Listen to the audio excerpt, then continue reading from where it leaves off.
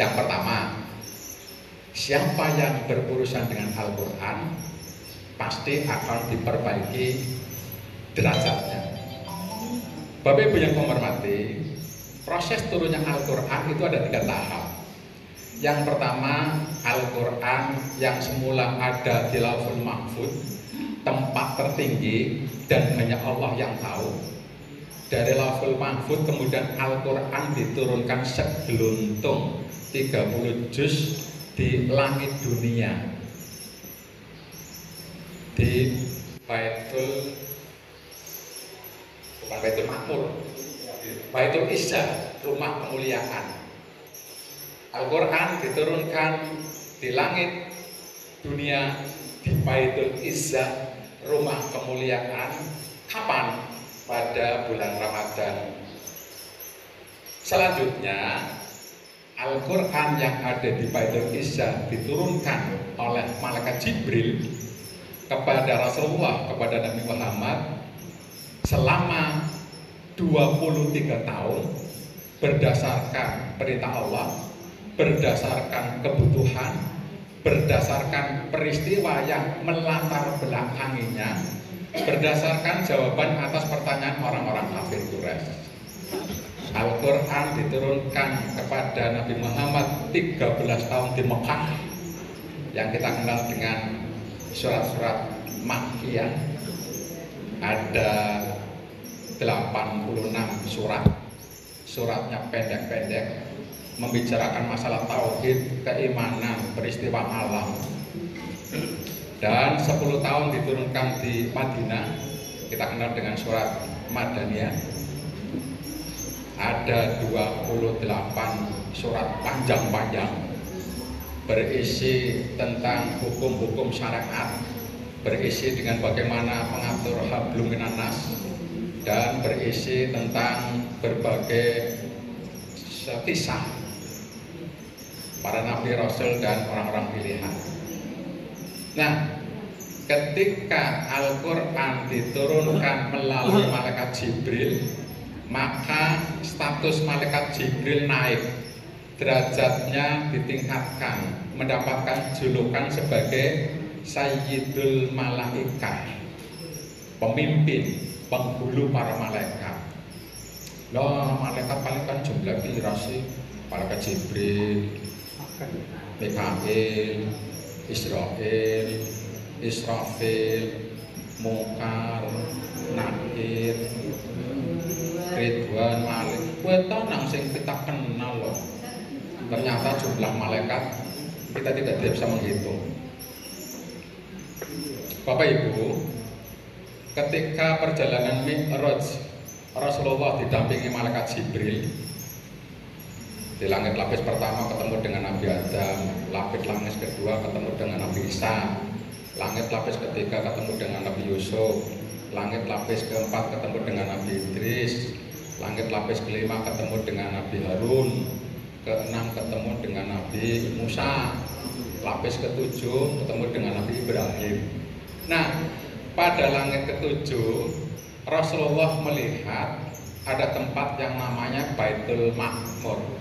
Baitul Makmur itu ibarat Ka'bahnya para malaikat yang ada di langit ketujuh, yang kalau ditarik lurus secara vertikal akan sama lempeng dengan Ka'bahnya umat manusia yang ada di Mekah. Baitul Makmur itu tempat para malaikat untuk bertawaf, untuk bertahmid, bertasbih, bertakbir, bertahlil, memuji nama Allah, mengagungkan dan memuliakan nama Allah. Yang ingin saya sampaikan, ketika Rasulullah ceritakan kepada para sahabat, wahai sahabat, di Baitul Makmur, Ka'bahnya para malaikat yang ada di langit ketujuh, setiap hari ada 70 malaikat yang masuk ke Baitul Makmur dan tidak pernah kembali. Itu jatah mereka, sebagaimana yang dilansir dalam hadis riwayat Bukhari Muslim. Kita bayangkan, setiap hari ada 70.000 malaikat yang masuk ke dalam Baitul Ma'mur dan tidak pernah kembali. Artinya hari ini masuk 70.000 malaikat, besok masuk lagi ke Baitul Ma'mur 70.000 malaikat yang berbeda, besok lagi masuk 70.000 malaikat yang berbeda lagi. Kalau setiap hari masuk 70.000 malaikat, setahun berapa? Kita kalikan 365, jumlahnya 25.550.000. Wes angel teman 25 juta wes. Itu setahun. Bagaimana kalau kita hitung sejak zaman Nabi sampai sekarang? Zaman Rasulullah sampai sekarang taruhlah 1.500 tahun. Maka berdasarkan estimasi teologis kita hitung saja 25 juta kali 1.500, berarti sampai sekarang ada malaikat yang terus bertawaf, bertasbih, bertahmid, bertahlil, jumlahnya 37,5 miliar malaikat. Kalau kita pengen berpikir ekstrim, andaikan kita hitung sejak alam semesta diciptakan, hitung-hitungan estimasi kosmologis ilmu yang mempelajari alam semesta. Alam semesta ini umurnya 13 miliar tahun kali tadi berapa? 25 juta. Ada berapa? Wallahu a'lam. Sedemikian banyak jumlahnya, bisa miliaran, bisa lebih, hanya Allah yang tahu. Nah, malaikat Jibril berurusan dengan Al-Quran. Malaikat Jibril statusnya dinaikkan, derajatnya ditinggikan menjadi Sayyidul Malaikat, pemimpin penghulu para malaikat yang jumlahnya miliaran. Subhanallah. Yang kedua, Rasulullah berurusan dengan Al-Quran selama 23 tahun, meskipun diterima dengan berbagai cara. Yang paling menyakitkan adalah ketika Al-Quran diturunkan dalam bentuk suara gemerincing lonceng yang memekakkan telinga, sampai Rasulullah gembrobios, keringet dingin, sampai diselimuti oleh Siti Khadijah. Itu yang paling berat penerimaan ayat Quran, wahyu yang turun. Yang nyaman ketika wahyu turun melalui mimpi. Kadang wahyu turun melalui malaikat Jibril dalam bentuk yang aslinya, yang besarnya, yang sayapnya 600 sayap yang menutupi cakrawala. Besarnya seperti apa? Wallahu a'lam. Kadang malaikat Jibril menampakkan diri sebagai manusia, berdialog dengan Rasulullah untuk menyampaikan Al-Quran. Dalam sebuah riwayat, paling senang Rasulullah ketika Al-Quran disampaikan oleh malaikat Jibril secara diam-diam. Tahu-tahu sudah ada di dadanya, sudah ada di pikiran, sudah hafal. Itu yang paling nyaman. Nah, ketika Rasulullah berurusan dengan Al-Quran, maka Rasulullah statusnya dinaikkan, derajatnya dimuliakan, dan Rasulullah mendapatkan beberapa julukan. Yang pertama, Rasulullah sebagai rahmatan lil alamin. Wa ma arsalnaka ila rahmatan lil alamin. Tidak aku utus engkau wahai Muhammad turun ke muka bumi kecuali untuk menebarkan rahmat bagi seluruh alam. Kalimatnya benar-benar universal. Kalimatnya tidak wa ma arsalnaka ila rahmatan lil muslimin, tidak. Karena prakteknya baik yang muslim atau yang non muslim, Allah tetap memberikan rahmat, tetap memberikan rezeki. Konteksnya juga bukan rahmatan lil mukminin. Karena prakteknya baik itu orang beriman atau tidak beriman, Allah tetap menjamin rezeki rahmat bagi orang itu. Konteksnya juga, redaksionalnya juga bukan rahmatan lil mutakin. Karena pada kenyataannya baik orang itu bertakwa atau tidak, taat atau kufur nikmat, Allah tetap menjamin rezeki dan rahmat. Maka sedemikian indah kalimatnya dikunci dengan rahmatan lil alamin, rahmat bagi seluruh alam. Apa artinya? Kita sebagai penerus kekhalifahan Rasulullah di mana ada umat muslim seharusnya mampu memberikan manfaat, mampu menebarkan maslahat bagi lingkungannya, seharusnya, karena kita memang diskenario begitu.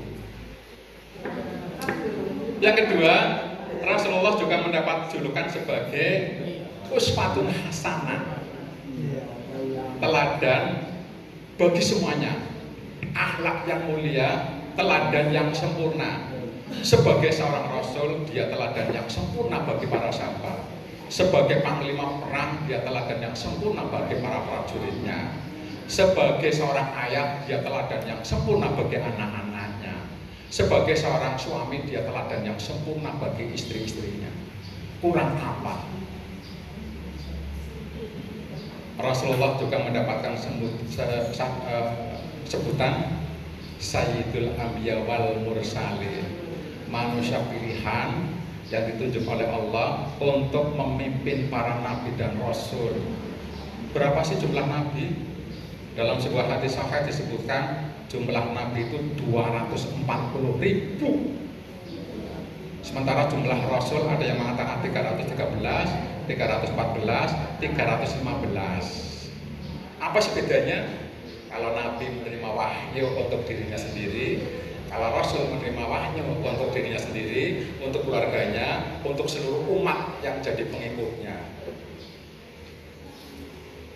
Rasulullah juga mendapatkan sebutan Sayyidul Basar sebagai penghulu, pemimpin umat manusia di muka bumi. Mendapat sebutan Sayyidul Muttaqin, pemimpinnya orang-orang yang bertakwa, para sahabat. Mendapat julukan juga Sayyidul Waladi Adam, penghulu dari seluruh anak keturunan Nabi Adam. Dan Rasulullah satu-satunya Rasul yang mendapatkan kewenangan dari Allah untuk memberikan syafaat bagi umatnya. Besok di hari kiamat, Rasulullah sujud lama sekali di hadapan Allah, sampai kemudian Allah bertanya, apa yang engkau kehendaki wahai Muhammad? Ya Allah, berilah kami kesempatan untuk memberikan syafaat kepada umatku. Ya Allah, ampuni dosa-dosa umatku, ringankan hisabnya, permudah urusannya. Sujud lama sekali sampai kemudian Allah, angkatlah kepalamu, aku kabulkan permohonanmu. Kau berikan syafaat kepada umatku atas izinku. Ketika Nabi Adam didatangi oleh umatnya, Nabi Adam angkat tangan.